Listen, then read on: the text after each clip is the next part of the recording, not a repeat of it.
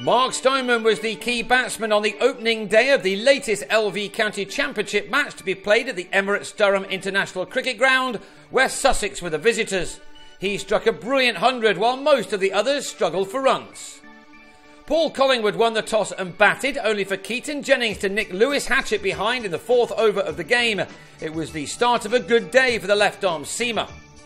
It was really tough going for the batsmen in the first hour, and Durham lost 2 more wickets.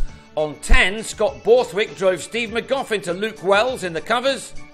And then Michael Richardson was LBW to Hatchett, who now had a pair of wickets in what was just his second championship game of the summer. As the morning went on, batting did become considerably easier, but those 3 wickets had left the home side in some trouble, so there was a rebuilding job for Ben Stokes to do on his arrival at the crease. He started his innings brightly with some nice shots. Stoneman had had to work really hard for his runs early on, but now he was able to open up.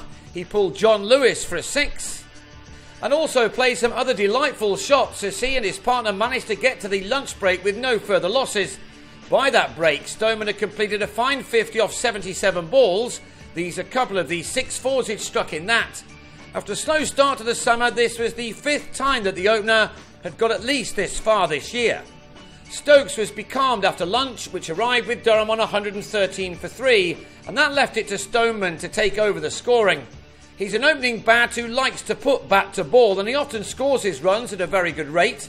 His efforts in the first hour were now being rewarded as he reeled off one good shot after another, as he ended up dominating an important 4th wicket partnership of 102, which was made in 22 overs. Stokes had probably frustrated himself, and so he tried to play a shot that wasn't really on, sending this ball from Hatchett to Lewis at mid-on. Stokes had to go for 36. Hatchett then grabbed his 4th wicket of the day by having Collingwood take a behind on 7, with the score now on 148 for 5. Stoneman had made 81 of those off 110 balls, and he showed no signs of slowing up on a ground that was giving value for the batsman's shots. The left-hander took his boundary count to 15 as he closed in on his 3rd 100 of the championship summer. That duly arrived with a cut off Stefan Pilot for a couple. It was some knock from Stoneman, who had his 100 out of a total of 177 for 5. Without him, Durham might have been in a bit of a mess. He'd needed 128 balls for what was the 11th century of the 26-year-old's career. He's a man who's improving each year and now leads the run-scoring charts for the county this season. In spite of his excellence, his side still weren't out of the woods when Gordon Mutchell edged a fine delivery from Lewis into Rory Hamilton-Brown's breadbasket. And when Stoneman on 113 also edged Lewis into the slips where James Treadwell took an excellent one-handed catch, Durham were left on 202 for 7. So it was left to John Hastings to keep the innings going.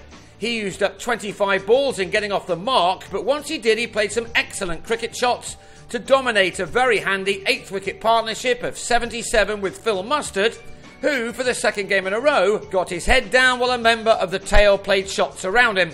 Hastings had no problems going over the top off Treadwell, while he also timed some shots beautifully off the quicker men. Durham were again scoring runs low down in their batting order. This was the pick of Hastings' shots, an effortless flick over mid-wicket off Treadwell that carried the distance.